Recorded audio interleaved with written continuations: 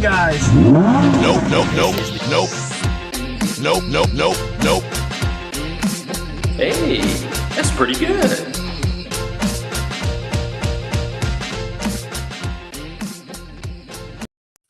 What's up, everybody? Welcome to DCTV. It is Thursday morning, September 8th, 2022. It is 9:01 a.m. because we are fashionably late, and that's okay. We were getting some last-minute things together. Right now, we have the S&P that is just down slightly. All the indexes aren't really reacting all that much, although we are seeing a little bit of a drop-off in the NASDAQ. The Dow's down 30 points. NASDAQ is down 53. We also have oil that's making its way back up after it had an absolute drubbing this week. It's at $82 a barrel. That is WTI crude. We also have the Bitcoin. We got Bitcoin is actually up quite a bit, 457 points. We're going to tell you as to why that is.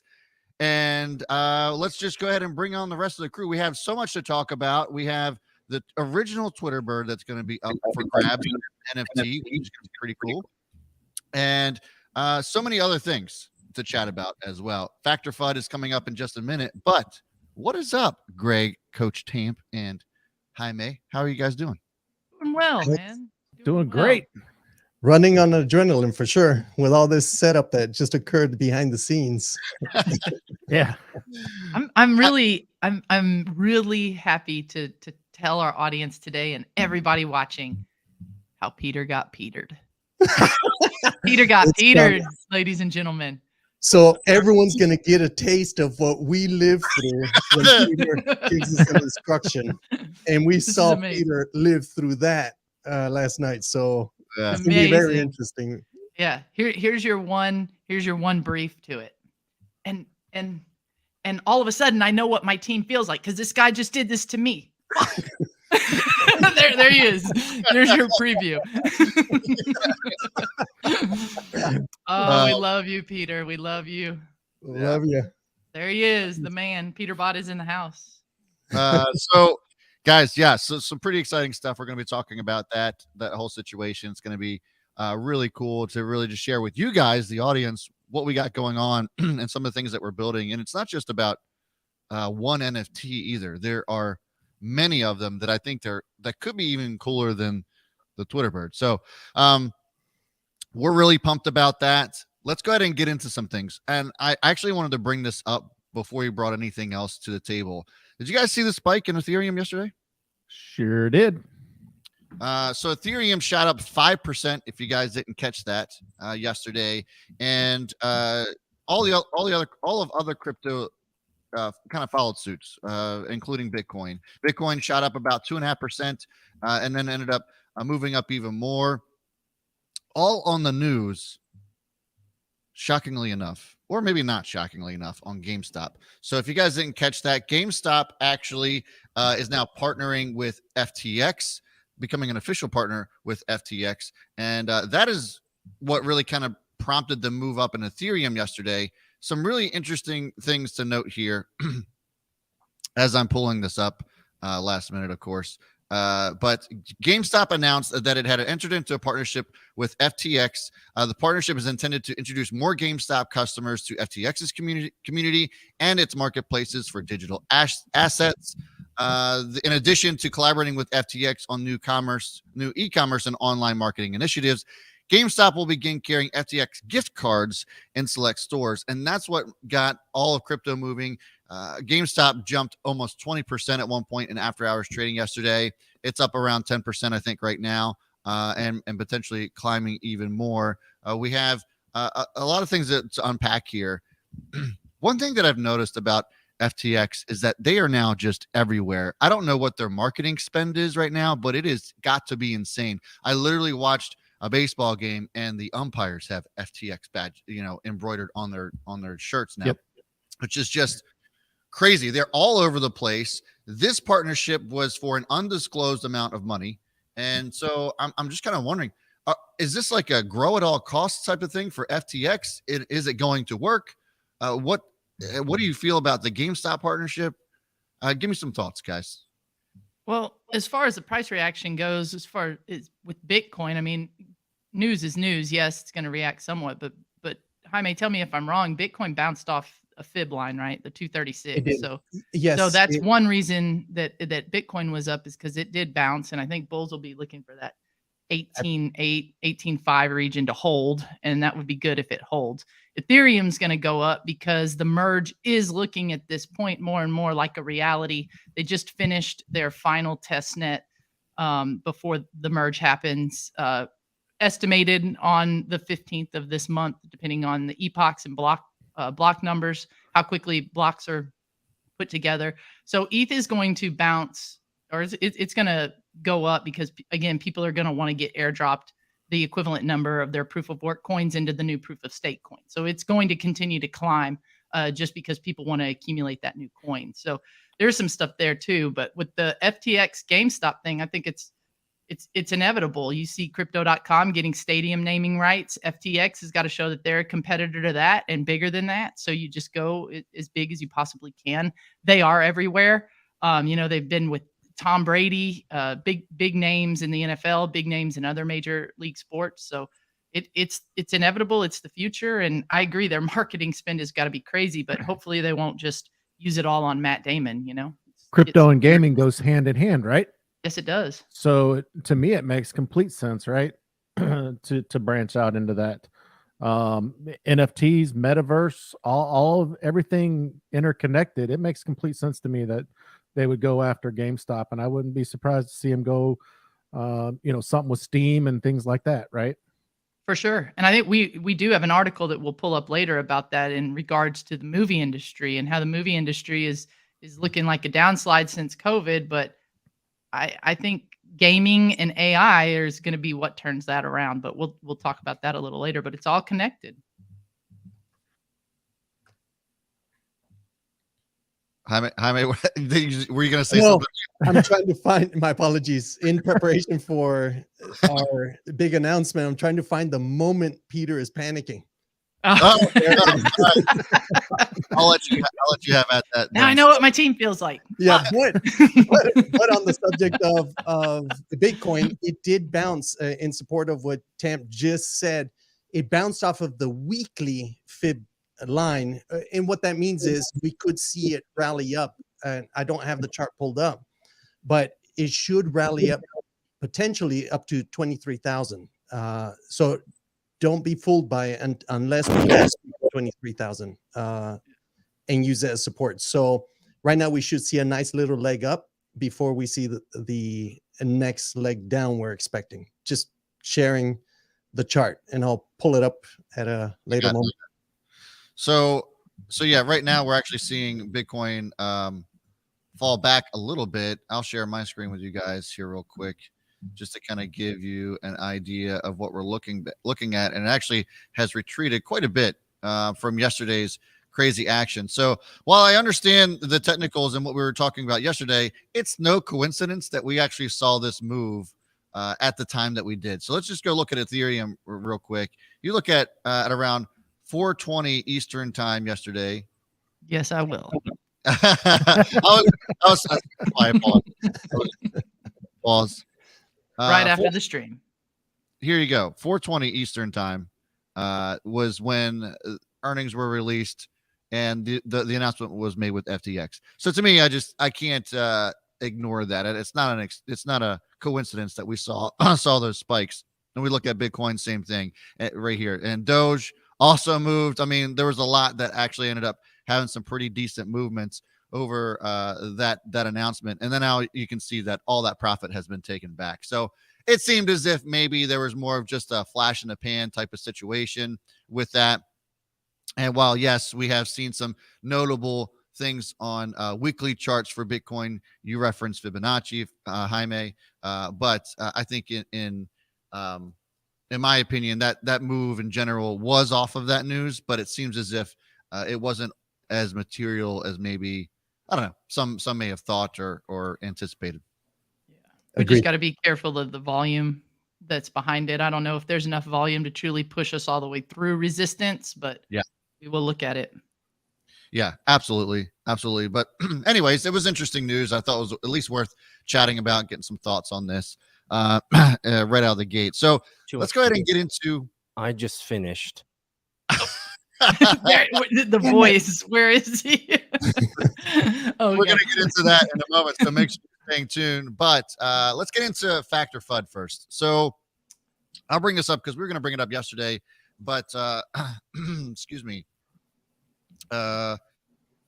Tamp had wanted to bring up an article about Ripple Advisor that teases more CBDC announcements in the next few weeks.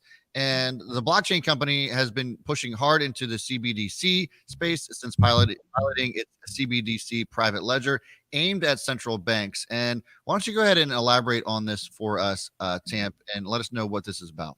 Yeah. So with the Factor FUD on this, I'm going to, as much as I hate to do it, I'm going to say it's both. And let me explain. Okay. So CBDC is a central bank digital coin. It's what a lot of people want regulated, some sort of a stable coin, most likely pegged to the US dollar, so that we can get some big money, institutional money, into the space with guidance from federal regulators. So we do want regulation on that hand. Some regulators are wanting CBDCs to basically mirror the banks, which is not what we want, because that's why we're in this entire space, and Bitcoin and essentially cryptocurrencies were developed, is because we don't like what the hell the banks are doing. But banks make money. Banks are necessary in our sort of environment. So with this one, I am going to say both, for the reason being is that I do think that Ripple will be the leading candidate for a CBDC. They're already in major talks with lots of governments and banks and businesses for Ripple to be the pathway of a CBDC and its use cases as a currency. The problem with this, though, is that, especially in the crypto space, Ripple is a software program.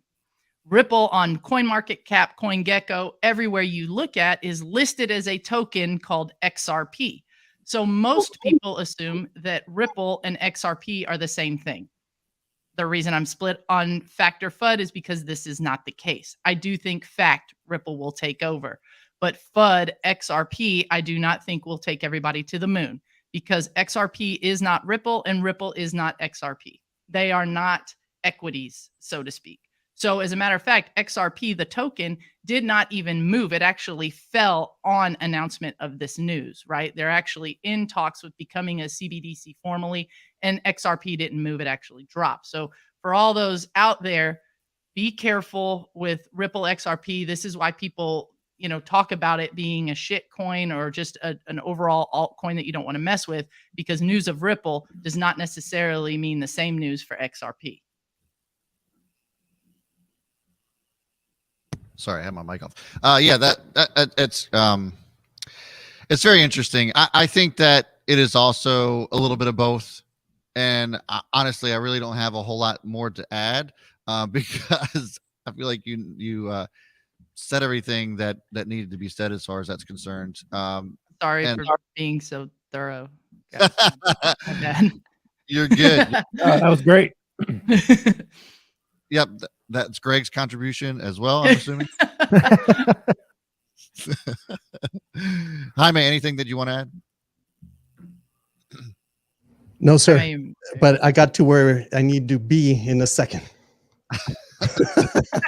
It's interesting. Guys, we're going to share what happens internal, what the audience does not see occur. So it's going to be good. Trust me. 99% of Peter is what you see is what you get. This is the 1% y'all don't see. And that's the 1% for us too. We rarely see this one. Should I bring him in? Oh, Boss Don says he think panics. So. You know what, boss? He doesn't panic often. Peter can take anything that is thrown at him and just roll with it and actually spin it into an amazing use case and an amazing potential opportunity. He's the master at that. But last night, this sucker got it to the point where he put out a video to us because it was too much to text. And just the look on his face and his overall mannerisms made me laugh for real. Because those mannerisms are us. Usually. Yeah, that's usually a look on my face. State. I have a brain dump. Let's do this. I'm like, what? and then all right, totally worth it. Let's bring in the boss. What up, my man? You guys just talking There- shit, man. I love it. I'm mad. No, 100% truth. This is the moment we No, know It is Peter is a 100% human. truth. It is 100. Yes. Man, what an amazing thing happened yesterday. And I what was great about the situation. I'm going to give a long preamble to this because I think it's valuable to do so. But one of the things that I loved about yesterday, especially in retrospect, is it humbled me. It humbled me because we here at Metafy, we move at the speed of layer 2 lightning. And we have there's so much going on and there's so much happening, and I think a great analogy, and I think this analogy is usually used for craziness. I think we have chaos contained and chaos controlled for sure, but I think the analogy of you see the duck swimming peacefully on the pond, but on the bottom he's fighting the currents and he's paddling like mad just to survive. And I think that's a fair analogy for what we do here. One of the things, again, it just humbled me because there's so much that happens, and sometimes I throw bombs on the teams and I'm like, guys, this is awesome, let's execute, because we're an execution based company. Let's do this. I know we have the capacity and capabilities to execute on this idea and do this program or do this campaign or build this functional prototype or MVP. And so for me, I get super excited about I see what you're trying to do there. I get super excited about just new ideas, and sometimes I shock my team. So yesterday, and I'll give the preamble, and then I guess you can show the video that's appropriate here. So we have done so much planning when it comes to an NFT launch. We have been asked for years if we're going to be doing an NFT launch. We have been, some of you guys have seen me tweeting about it as of recent, and we have been working with amazing artists. So some of you guys might have saw from months back, I went down to an art gallery down in downtown Atlanta to meet with a famous American painter who wants to NFT all of his work. And we here at Metafy and subsequently DCTV have an opportunity to promote his one-of-a-kind, really just amazing artwork out there. And so maybe some of you guys can find a Discord shot of that crazy artist with all the painting all over there. So he'll commission his work, and we will help build the technology stack for his NFT auctions and his NFT paintings.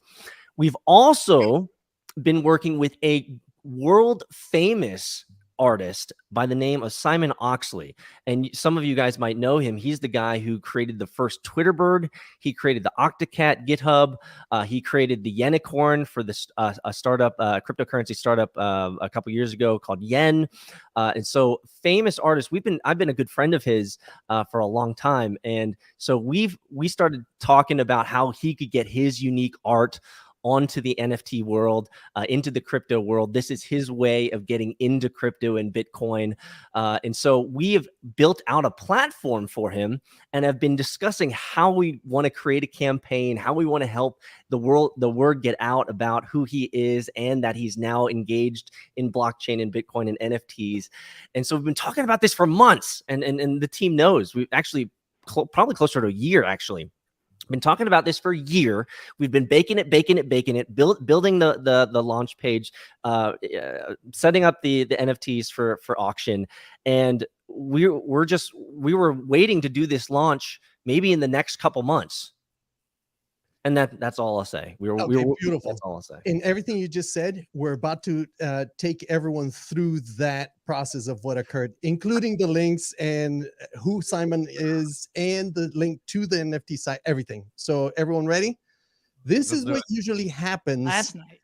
Yeah, yes, a lot happened last night, guys. And this is usually what happens to us when Peter tells us something or gives us a grand scheme. This is our reaction. Peter, thank you for the example. Here we go. And the reason is because he just tweeted that. He just did it. And it shocked me. I saw it immediately, and I've been DMing back and forth with him on Twitter. And I said, bro, what happened? Like, what's going on? And he said, well, he said, I'll read what he said. I don't need to read what he said. He essentially said, you guys said that you guys are launching, so I'm launching. Like, I love him because he's like us, but at the same time, I understand your guys' frustration sometimes with me because he just went and tweeted that, and none of the NFTs were up for auction or for purchase opportunity. So I just spent the last like trying to figure out like what does he want me to do with this stuff, and he's just like, well, just put it up for money. So our reaction. So let me give you. The synapses short circuiting in Peter's brain was like absolutely priceless. Shook. Sucker was shook, but handling it, right? He's trying to roll. It's just bumpy as hell right now, but he's rolling. He's figuring it out.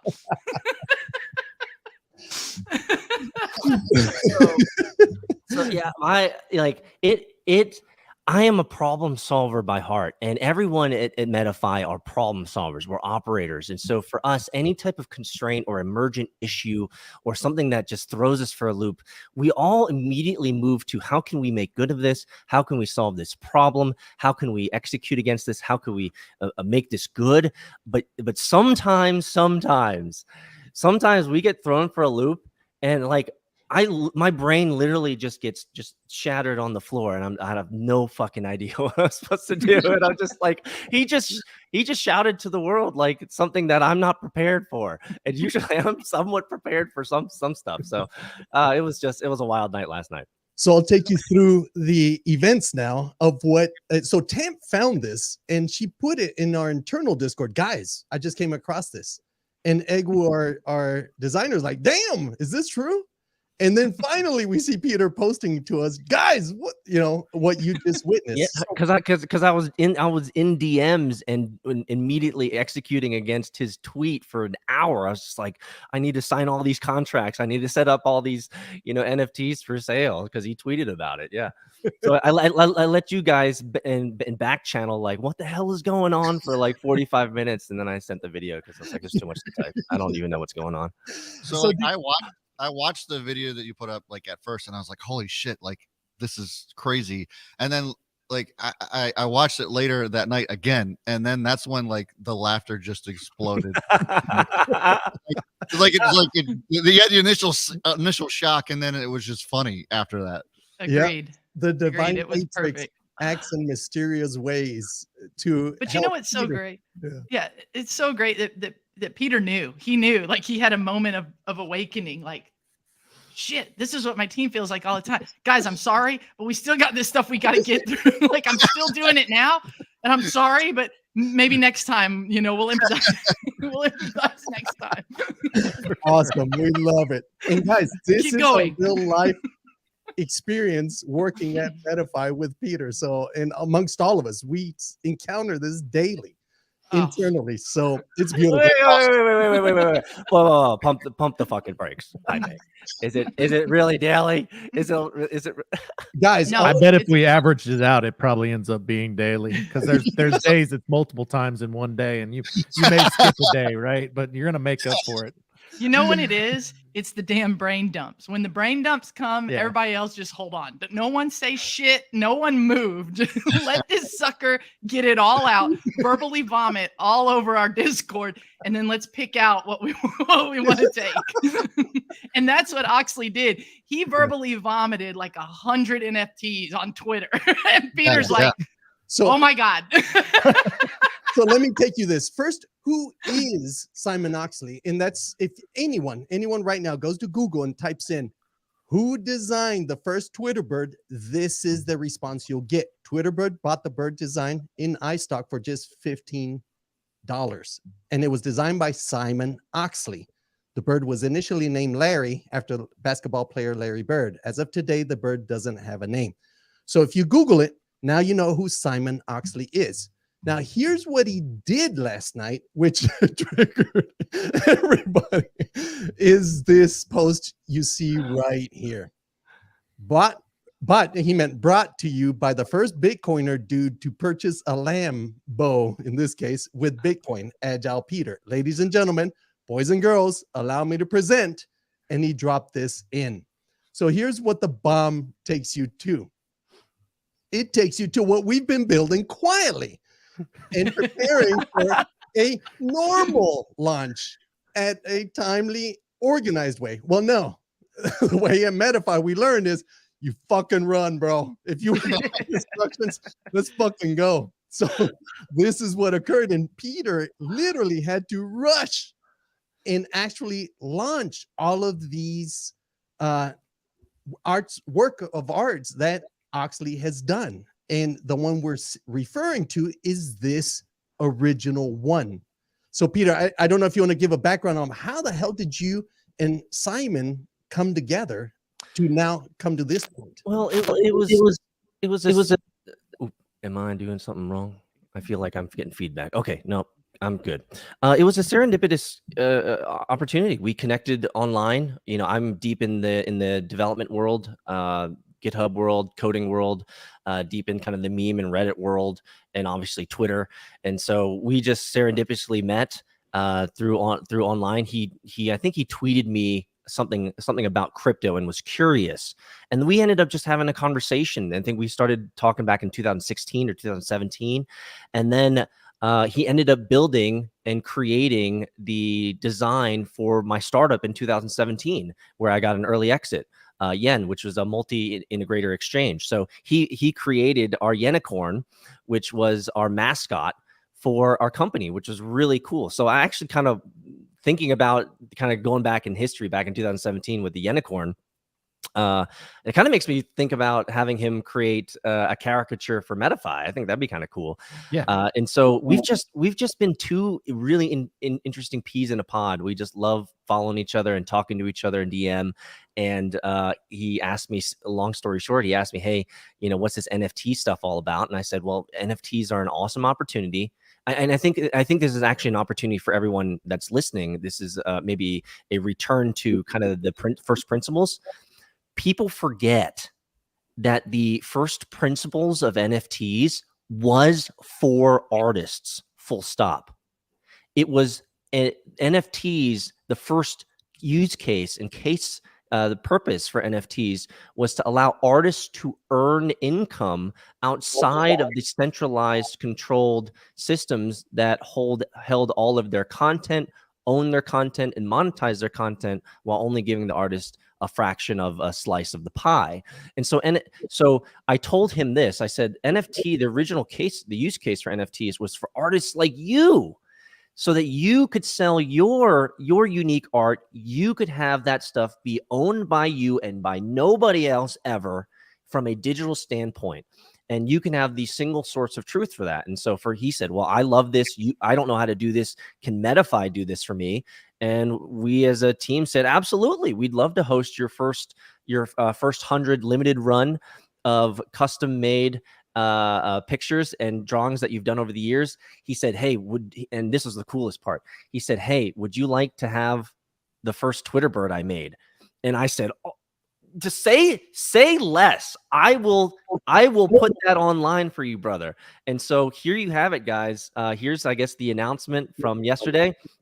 The original first Twitter bird NFT by Simon Oxley, created way back over a decade ago, is on sale, on bid for, I believe it's 3 months. He wants to do it for 3 months. And by the way, guys, Metafy, we are only a technology partner to Simon. We're not making any money off of this. We're making a fee, but all of this is going to be going back into the community and supporting the growth of cryptocurrency. And this is something Simon wanted.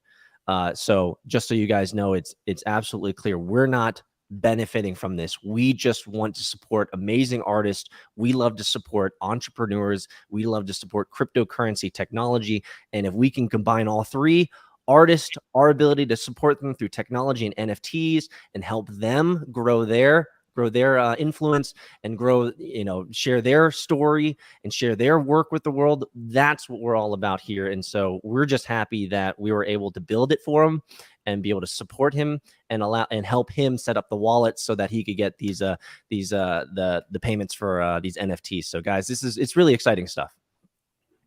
No doubt. And shout out to Simon Oxley. And for those of you looking at the screen, this is on OpenSeas, which is an Ethereum based website. So you will need Ether, to purchase or bid on these. You can click on the details there about Simon Oxley limited run and the details. Let's talk about that for a second. click the carrot about Simon Oxley right there. Oh, yeah, one Right above here. it, yeah. There it is. Got it. So this is, if you want to zoom in, it says this is a 100 original art NFT collection created by Simon Oxley, the Twitter bird, GitHub, Octocat, the Unicorn, for MetaFi NFT limited run for MetaFam access to behind the scenes content, swag, raffles, and more. And so we are in due process for everyone out there as part of DCTV and the MetaFam. We are in due process of leveraging these NFTs as access tokens, as tickets, so that you guys can join us in behind the scenes content, have access to our live streams, our behind the scenes live streams, as well as our in-person meetups that we're going to be doing. Some of you guys remember back from 2016, 17, 18, 19 period when we had the Bitcoin pub meetups in Austin and San Francisco and New York and Dallas and Atlanta, right? And so we want to do that again.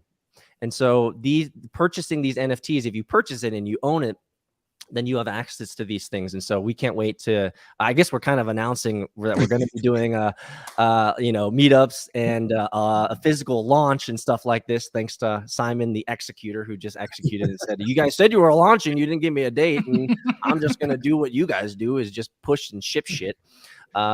So Absolutely. Big thanks to Simon Oxley for drawing these amazing original art pieces. Please go to twitter.com/Simon Oxley with 3 E's. Follow him, support him, guys. He's an awesome dude who's been in the tech space as an artist for a long time.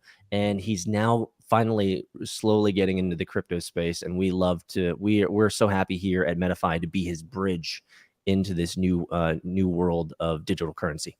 And if you're an artist like Simon, and you're trying to look into the NFT world, join our Discord. Get the conversation. Let's get you in. And here's one of the things that is not understood. Sorry if I'm echoing. You are echoing. Okay, so I'll speak slower. so if you're an artist and you create an NFT, do you see where it says creator earnings? The creators of this collection will receive 5% for every sale. So let's say if I bought it, when I saw this posted before it was an auction, I told Peter, bro, I'll jump on this and let's flip it to an auction. So it was flipped to an auction because that creates the bidding war. As an artist, you want to do that, especially with a priceless work of art or one of your originals. Now, if I would have bought it, or let's say I buy it for 1 ETH, down the road, I resell it for 5 million. Just as an example, you will still, the artist, get 5% of that next transaction. So it's your royalty, really. That's what Snoop Dogg understood. Yes, that's why Snoop Dogg has 5, NFT. I was going to say scams, but they're let's just say they're limited run pictures. So he's done 5 of those, and every time those things are sold on the open market, he receives a royalty. I mean, is Snoop Dogg absolutely extracting the maximum profitability out of the NFT mechanism? Absolutely. Is he an extreme example? Absolutely. I think that the vast majority, just speaking to this, because I think this is important, I think the vast majority of artists are truly looking to NFTs as a mechanism to receive not passive income, but receive credit for the work that they do and income from that. So I think while we have our extremes, and obviously, the mainstream medias would always like to use extremes as examples, but NFT really still is, if we go back to first principles, really still is the solution for artists in a digital world to maintain ownership and rights over their digital property and to receive royalties as they should as the original creator of this. And so what I'm loving about this example here with Simon, and why you brought this up, is as Simon's amazing artwork gets purchased and maybe even flipped, then Simon will earn 5% in perpetuity for the good work that he's done. And that just makes me feel great. That's a great point, Peter. It really is. And I'm excited too, because we're having Don, who's in real estate. He's going to be on stream tomorrow. And we're going to talk about as well how this exact principle that Peter's talking about with artists will apply to the real estate world. And inevitably, many things that everyday people use in their everyday lives, not just artists or real estate agents. So we're really excited to explain what is some guy making a JPEG on OpenSeas, what does that have to do with the next house I sell? And the answer is everything.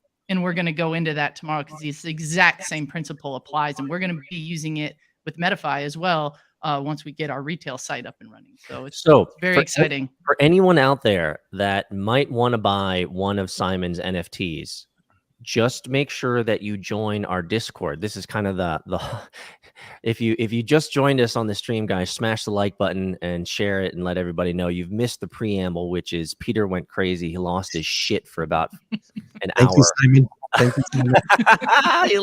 I lost my shit, guy. I lost my marbles for about an hour. It's just an overload. And so the things that we weren't able to plan out is what happens after you buy an NFT, right? Well, the NFTs have rights to them. You have access now to be behind the scenes stuff, swag opportunities, and in-person meetups, and even more. So how do you, if you buy one of Simon's NFTs, how do you claim that? Well, you got to join our Discord. So check out our link tree at themedify.co/social, and you can find our Discord there.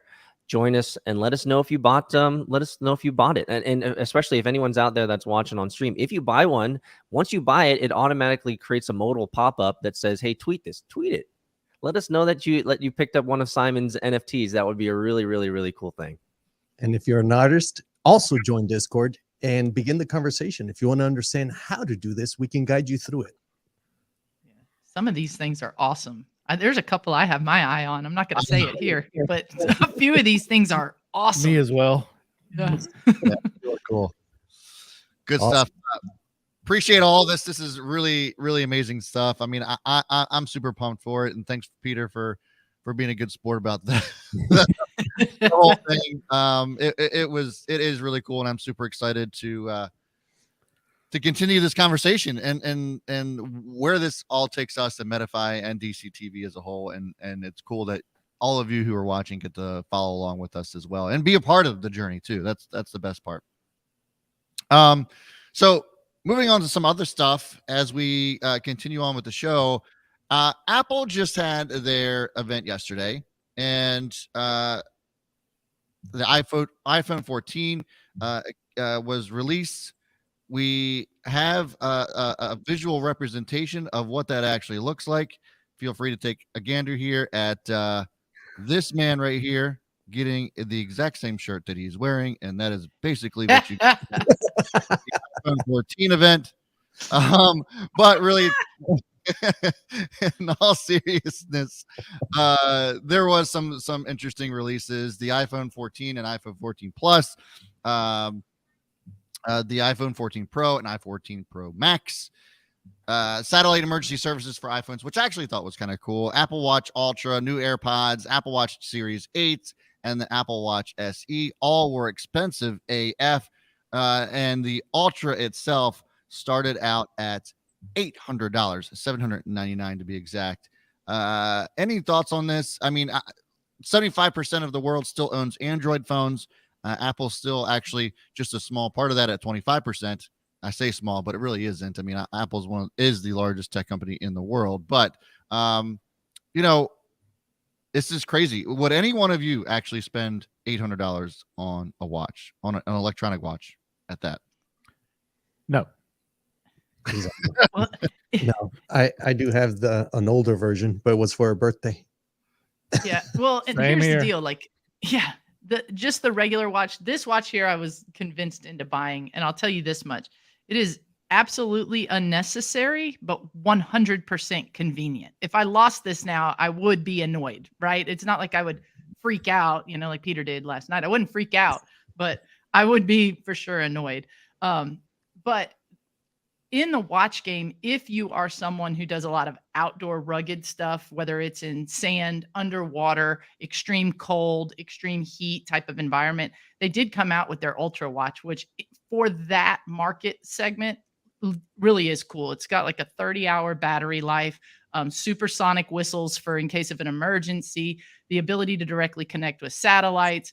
It can tell you how deep you are underwater. Just a lot of cool stuff to compete with. I think it's called the Felix watch, and other GPS based watches. That one's pretty cool. But for me personally, by far my favorite part of the entire announcement is that when iOS comes out, their next upgrade that all of us get for free that have iPhones, you will now be able to edit and retract text messages that have been sent. So I'm very happy about that.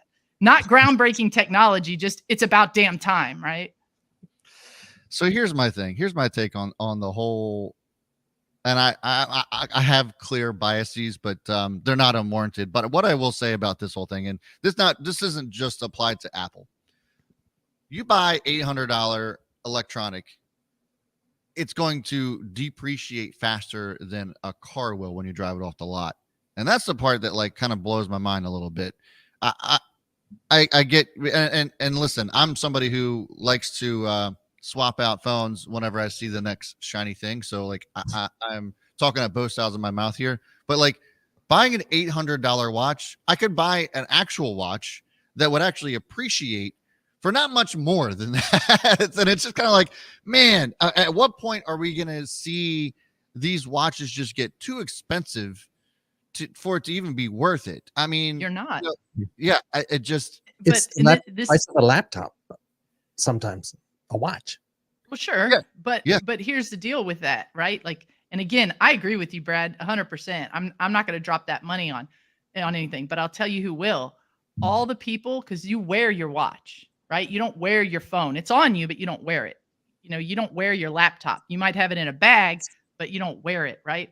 Yeah. This watch right here in the fashion world and people who want others to know I am either stylish, so I can swipe this face to match whatever I have on or show that I'm unique, or with all these NFTs we're talking about, the ability to have my NFT as my background so I can show people what I'm about and the access that I have as a person. People pay thousands and thousands of dollars in the fashion world and to be seen and to be understood. This is my signature. This is who I am, all that kind of stuff. So $800 to people that value that the same way you might value a spoiler on a car, that's nothing, right? They would never think about in a million years dropping $3,500 on a set of rims. Never, ever. The factory ones are just fine. They're great, right? But you throw $800 at a fashion statement or an access statement for my NFT, that's value for those people, right?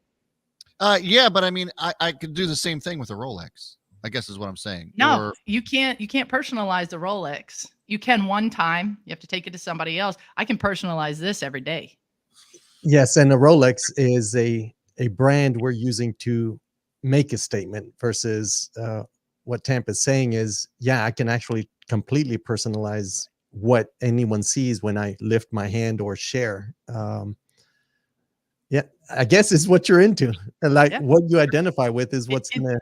Yeah, it's not my thing. I'm just saying I understand, right? Like for that segment of the population who cares, hey, $800 is nothing. For the everyday person, that's not important to us. What do we care? This is just convenience for me. So $800 is probably too much for me to just have convenience because I did not pay that much for this, but other people would. They see it as a value. Yeah, it is useful. It makes me nervous though that every time I start speaking to someone, and if any reason I move up, she starts talking. Hey, yeah, I think I can do that. I'm like, bro, I didn't ask you. So you are being. That happens to me all the time. That actually happens all the time. So, anyways, that was just a couple things I wanted to bring up. Listen, at the end of the day, Apple is also a stock that, in my opinion, you just own and you never look at again. It's one of those you treat it like Bitcoin. You buy some more, and then you buy some more after that. That's fair. In my opinion, not financial advice, of course. We always say that, but it's listen. They do one thing really well, and that's marketing. Whether or not that their products are actually groundbreaking technology, which we all know it's not. What they do really well is continue to cultivate their community and their ecosystem, and obviously it works really, really well. The amount of cash that they actually have on the books is more than most countries GDP. Just think about that for a second. So, that's the thing. That's what's cool about it, is everybody knows that Apple is a marketing company. Everybody knows that they get sucked into their badass commercials. You know, that they have this fall event every fall, strategically a couple months before Christmas, right? Like, you know, like, and they'll wait in droves in lines, right, to get into this stuff, pay top dollar. Everybody knows that they're marketing geniuses. They'll still, you know, their products are good enough. So people are happy with it. Yeah, it's crazy. It's crazy. All right. So good stuff there. The last thing I wanted to talk about was from some comments made from Bob Iger. If you guys aren't familiar with him, former Disney CEO, and was talking about how movie going won't return to pre-pandemic levels, which I thought was very shocking. You guys know about the AMC crowd, the AMC apes that continue to want to stick it to the shorts, even though the short interest on AMC and ape now aren't anywhere near what they used to be, and probably won't be for some time, if at all. But the underlying narrative of the AMC crowd and people who actually don't see value in this are of the same mindset. But it's interesting to hear that Bob Iger was also talking about this. He mentions that the pandemic fundamentally changed how audiences consume media, leading to smaller foot traffic at movie theaters, and quoted saying, "I don't think movies ever return in terms of movie going to the level that we saw at pre-pandemic." And he noted that consumers became more comfortable with streaming services while in lockdown and grew to enjoy the content on these platforms and the flexibility of being able to choose what to watch and when. Some really powerful things that were said there from Bob Iger, somebody who, you know, really brought Disney to the forefront. Obviously, Disney has always been a household name and a place where everybody desires to go as a kid. But adding Marvel, yeah, other things that happened, you know, just totally made it a crazy conglomerate. Yeah, and for him to come out and say, "Hey, things aren't going back to the way they used to be. We gotta figure something out," and brings streaming into it, I thought was very interesting. And so, do any of you agree with Bob Iger? Why or why not? Yes, I do. I 100% agree with Bob Iger. Yep. And the reason why is it makes sense. If you charge me $7.99, $8.99 a month, and you're releasing movies fairly quickly to the streaming service or directly to the streaming service, that's a hell of a lot easier than that $100 it's going to cost me to go to the movie with dinner, right? How many do I get by doing streaming versus that? I get a whole lot more. So for me, it makes complete sense, especially with the technology in homes now, right? Your home can feel like the movie theater very easily, and most homes, you know, have that, right? Yep. And as a parent, both Greg and I have very young children. It saves a lot of the hassle involved. Although we grew up with theaters, and I remember even my own grandma, when theaters came out, "Oh, that's a shady place. It's like going to a strip club, you know, that shady things happen in there." But it became maybe in Latin America, in the back row. I appeared in this planet, you know, something happened in the theater, I think. So we can see how society is transitioning, and especially with COVID as a watershed moment, to now we can have the same things we enjoyed as children in a public space. We can do it at home, controlling costs and everything else that's tied with it. So it's inevitable. We are headed in that direction. So something that around here in this area, you know, has picked up during this is the drive-in theaters, right? Especially during COVID, starting having events, streaming concerts, things like that at the drive-in. You know, I see them getting more traction than the actual physical theaters in this area right now, because it's more of a family-friendly, you know, that historical 2-show lineup, double matinee, where the kids shows first, kids fall asleep in the bed of the truck, and now you're watching the more adult themed movie, right? That stuff works really well too. bringing retro back. That's what everything's doing. Fashion's going back to the 80s. But I agree with Bob on this. But I think this is the movie industry's blockbuster movie rental moment right here, right? Because like Greg alluded to it, it used to be with the movies that the reason you go is because of the huge screen and the amazing sound system, right? That wasn't easily replicated at home. I can watch a movie at home, but not like that. So you go to the movies, right? And Greg talked about how technology in our own living rooms right now has basically delivered the same thing in an even more comfortable environment in our homes. Well, this is, I think, the next iteration of that. I don't think movies will automatically return to pre-pandemic levels, but where they need to go most likely, and we alluded to this at the beginning of the show, is AI, right? You're going to have to go virtual. You're going to have to give me something other than a big screen and awesome sound, that and more. I need to feel like I am there, right? I don't know if movie theaters become the first one to do smell-o-vision or something else that you just cannot get at home. Can everybody hear me? Yeah. The audio's been weird today. I don't know what's up with that. Yeah. Sorry about that. That's all right. So I don't know whose end it's actually on, but just to piggyback on what a lot of you guys have been saying and what Champ had also said, I can't disagree with this. The other thing that I wanted to add was you have so many people now making their own home theaters and making it an actual like event that happens at home.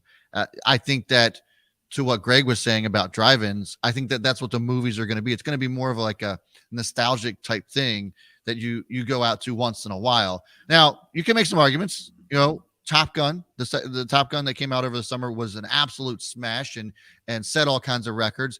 But I don't think that that's going to be the norm. I think that's more of an outlier. And you look at how Disney Plus has now taken over Netflix, not just Disney Plus by itself, but when you combine Disney Plus, Hulu, ESPN Plus under that umbrella, they now have more subscribers than Netflix. And so it makes sense for somebody like Bob Iger to come out and say, hey, like streaming's the way to go, because they saw it happen in 2 years. What it took Netflix to grow in 10, Disney took over in 2. That is just an absolute mind-blowing, series of events that took place. Obviously, COVID certainly enhanced that, but this writing was on the wall when Disney Plus first came out. I actually made mention of this, and I put out a video about how I thought that Disney was going to be the one that crushes Netflix, and now it's actually coming to fruition. It's just pretty wild to see, and sorry for all the AMC apes out there, but I think that the days are numbered for that company as well. Well, you mentioned it too, and it's just like another quick addition is movie theaters are going to have to capitalize on the fact now that movies are computer generated. It's all about who has the wildest like chase scenes and the biggest explosions and like the craziest graphics, right?